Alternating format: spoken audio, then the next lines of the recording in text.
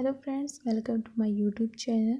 आज हम पढ़ने वाले हैं कम्युनिटी हेल्थ नर्सिंग फर्स्ट का 4th unit epidemiology and nursing management of common communicable disease. मतलब ह्यूमंस में होने वाले जो कॉमन कम्युनिकेबल डिसीज़ेज़ होती हैं, आज हम वही पढ़ने वाले हैं। तो आज हमने इसका एक छोटा सा टॉपिक लिया है, स्मॉल पॉक्स। ये स्मॉल पॉक्स जो होता है ये क्या होता है, रेस्पिरेटरी ट्रैक्ट्स के थ्रू ही इंटर करता है, तो इसीलिए इसे रेस्पिरेटरी इन्फेक्शन के अंदर ही लिया गया है। स्मॉल पॉक्स, इसकी डेफिनेशन है, smallpox is an acute contagious disease unique to human caused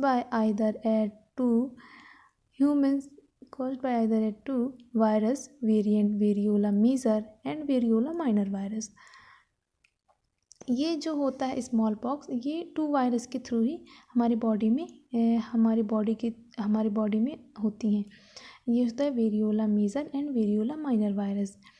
then next है एपिडेमियोलॉजिकल फैक्टर। इसके अंदर 3 चीज़ें आती हैं, एजेंट आता है, होस्ट आता है, इन्वायरमेंट आता है। एजेंट जो होता है इसमें आते हैं variola major and variola minor virus. ये जो होता है एजेंट, मतलब कि ये डिसीज़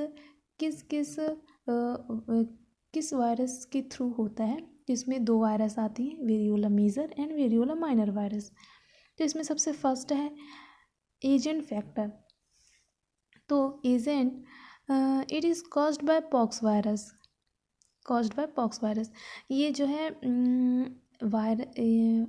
स्मॉल पॉक्स जो है ये पॉक्स वायरस के थ्रू ही होता है, क्योंकि इसके आगे पढ़ते हैं, variola virus this various is antigenetically similar to pox virus. मतलब कि ये क्या होता है, सिमिलर होता है पॉक्स वायरस के थ्रू, पॉक्स वायरस की जैसे ही सिमिलर होता है, इसीलिए इसे हम पॉक्स वायरस भी बोलते हैं। It is radically killed by sunlight but resists drying. ये क्या होता है, ये वायरस मोस्टली सनलाइट के थ्रू क्या होता है, इसे किल किया जा सकता है। और ये वायरस जो होते हैं ड्राई एरिया में बिल्कुल एब्सेंट रहते हैं, मतलब कि ये वायरस जो है ड्राई एरिया में ग्रो नहीं कर पाते हैं। इसके आगे है reservoir of infection is main source of infection in case suffering from disease. मतलब कि ये डिसीज़ मोस्टली जो अदर पर्सन जो सफ़र कर रहा है उनसे ही ये डिसीज़ फैलती है।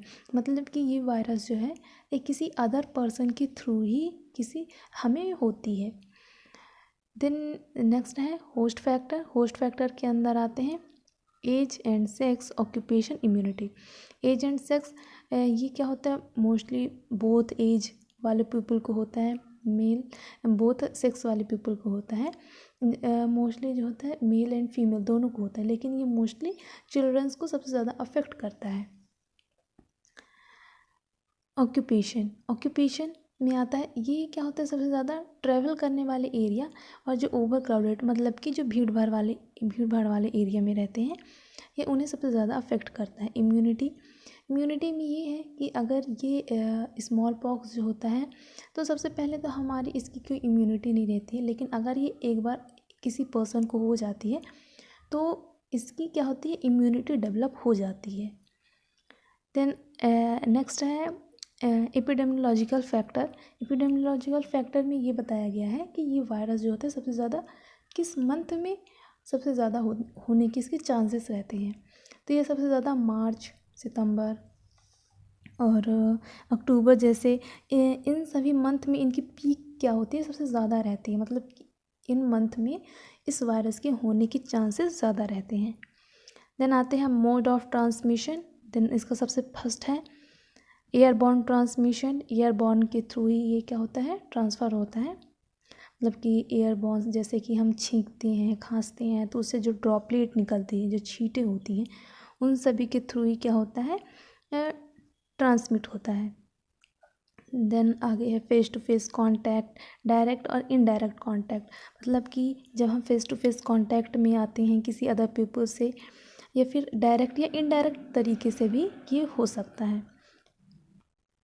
देन नेक्स्ट है इंक्यूबेशन पीरियड। मतलब कि ये डिसीज़ कितने दिनों तक रहती है, तो 11 से ये 14 दिनों तक ही रहती है। देन पैथोफिजियोलॉजी है, तो सबसे पहले ये वायरस क्या होता है, हमारे रेस्पिरेटरी ट्रैक के थ्रू इंटर होता है। देन ये क्या होती है, इंटर होने के बाद जब ये वायरस हमारे रीजनल नोड्स में आ जाती हैं तो ये मैक्रोफाज जो होते हैं उन्हें किल करने की कोशिश करते हैं।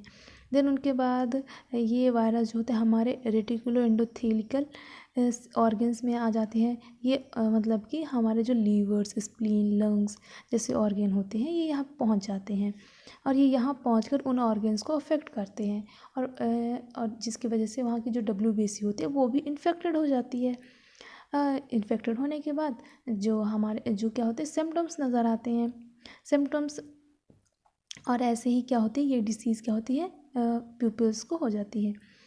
देन नेक्स्ट है sign and symptoms. Sign and symptoms में आते हैं जैसे red spot, fever, headache, vomiting. ये सारे सिम्टम्स क्या होते हैं, ये सारे लक्षण जो होते हैं कि एक स्मॉल पॉक्स वाले प्यूपल्स में नज़र आती हैं।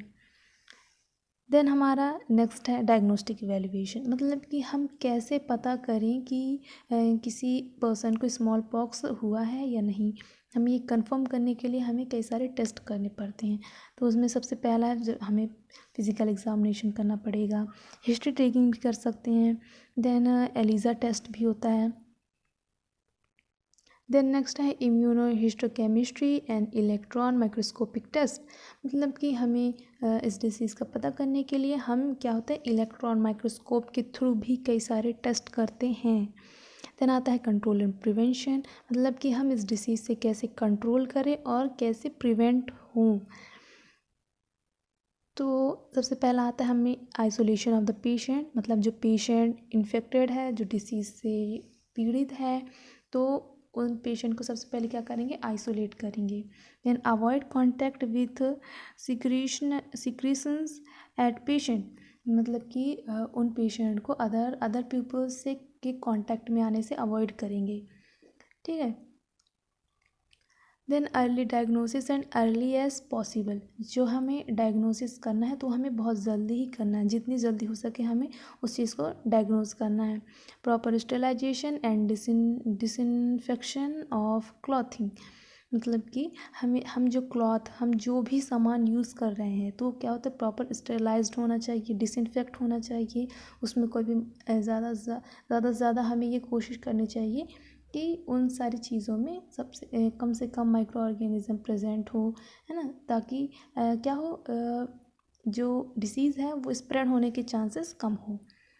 देन नेक्स्ट है हमारा ट्रीटमेंट। तो इसमें क्या होता है, इसमें कोई प्रॉपर ट्रीटमेंट तो नहीं होती है, लेकिन हम इसे सिम्टम्स की बेस पे हम इसे ट्रीटमेंट दे सकते हैं। तो जो भी सिम्टम्स जैसे फीवर्स आता है तो उसके लिए हमें एंटीबायोटिक दे सकते हैं, ठीक है। ये एंटीबायोटिक जो होता है बैक्टीरियल इन्फेक्शंस को किल करते हैं। देन नेक्स्ट है कॉम्प्लिकेशन, हम इस डिसीज़ से हमें क्या क्या कॉम्प्लिकेशन हो सकता है। तो सबसे पहला आता है हार्ट फेलियर में आता है मायोकार्डाइटिस। मायोकार्डाइटिस जो होती है हार्ट की लेयर होती है, मायोकार्डियल लेयर होती है, वहाँ पर क्या होती है इन्फ्लामेशन हो जाती है, जिसे क्या बोलते हैं मायोकार्डाइटिस बोलते हैं। देन आता है lungs pneumonia, eye corneal ulcer less to vision, जो हमारी कॉर्निया होती है वहाँ पर क्या होती है अल्सर आ जाते हैं, अल्सर हो जाते हैं, जिसकी वजह से हमें विजन्स में प्रॉब्लम जाती हैं। देन रोल ऑफ नर्स जो एक नर्स होती है उसका क्या रोल कॉल रहता है स्मॉल पॉक्स में, हमें वो देखना है। तो सबसे isolation of the patient to prevent transmission of smallpox varicella virus to non immune person, ये क्या होता है, वही है हमें क्या पेशेंट को आइसोलेट करना है, स्मॉल पॉक्स को ट्रांसमिट होने से ज़्यादा क्या करना है, प्रिवेंट करना है। सेकेंड है monitor and maintain fluid and electrolyte balance, मतलब कि जो पेशेंट का फ्लूइड एंड इलेक्ट्रोलाइट क्या होता है बैलेंस करना है हमें। देन थर्ड है स्किन केयर, हमें पेशेंट की स्किन की केयर करनी है, क्योंकि उनकी जो स्किन्स में क्या होते हैं रेड स्पॉट आ गए हैं, तो क्या है वो ज़्यादा क्या है ईचिंग का काम करते, बहुत ही ज़्यादा ईचिंग करते हैं, तो हमें स्किन का केयर करना है मोस्टली। देन हमारा नेक्स्ट है monitoring and treatment and complication, हमें क्या करना है उससे होने वाले जो अदर कॉम्प्लिकेशन है उन्हें मॉनिटर करना है और उन्हें ट्रीट करना है। देन आगे आता है हेल्थ एजुकेशन, मतलब कि हम पेशेंट को हम क्या हेल्थ एजुकेशन दे रहे हैं या फिर किसी अदर पीपल्स को हम क्या हेल्थ एजुकेशन देते हैं, बस वही दिया है। तो there is no unknown care of smallpox, इसमें क्या है, स्मॉल पॉक्स की कोई अननोन केयर नहीं है, बस हमें वही चीज़ें करनी है जो हमें अदर डिसीज़ेस, अदर जो कम्युनिकेबल डिसीज़ होती हैं, तो उन्हीं डिसीज़ से प्रिवेंट करने के लिए हम जो भी प्रिवेंट करने के लिए हम जो भी करेंगे वही चीज़ें स्मॉल पॉक्स के अंदर भी आ जाती है। नेक्स्ट है treatment including drinking plenty and taking medicine control pain and fever, मतलब कि हमें लिक्विड डाइट लेनी है ना, अच्छे से डाइट लेनी है, लिक्विड डाइट, और क्या करना है, मेडिसिन लेनी है कंट्रोल करने के लिए, जो पेन हो रहा है, जो फीवर हो रहा है, हमें उससे कंट्रोल करने के लिए, उससे प्रिवेंट करने के लिए क्या है, हम मेडिसिन लेंगे। देन नेक्स्ट है to prevent the spread of virus and infected must be kept away from other people until he she is no longer category, मतलब कि हमें अदर पीपल्स, जो इन्फेक्टेड पीपल है, हमें उससे क्या करना है, प्रिवेंट होना है, और या फिर जो जैसे कि मुझे क्या है, मुझे अगर स्मॉल पॉक्स है तो मुझे ये चीज़ का ध्यान रखना है कि मैं अदर पीपल्स के कांटेक्ट में ना जाऊं, और अदर जो या फिर किसी अदर पीपल्स को हुआ है तो उन्हें भी क्या है, सोचना है कि अगर हमें हुआ है तो हम अदर जैसे ओवर क्राउडेड एरिया में ना जाएं, ताकि जो स्मॉल पॉक्स है वो किसी अदर पीपल्स को भी ना हो। ठीक है। देन फोर्थ है if there were a smallpox outbreak health officially could use smallpox vaccine to contact it, तो हमें क्या करना है, इससे और क्या हेल्थ एजुकेशन दे सकते हैं कि हमें क्या है, स्मॉल पॉक्स की वैक्सीन आती है तो उसे ज़रूर लगवाएं, जिससे क्या हो, स्मॉल पॉक्स ना हो। ठीक है, थैंक यू सो मच।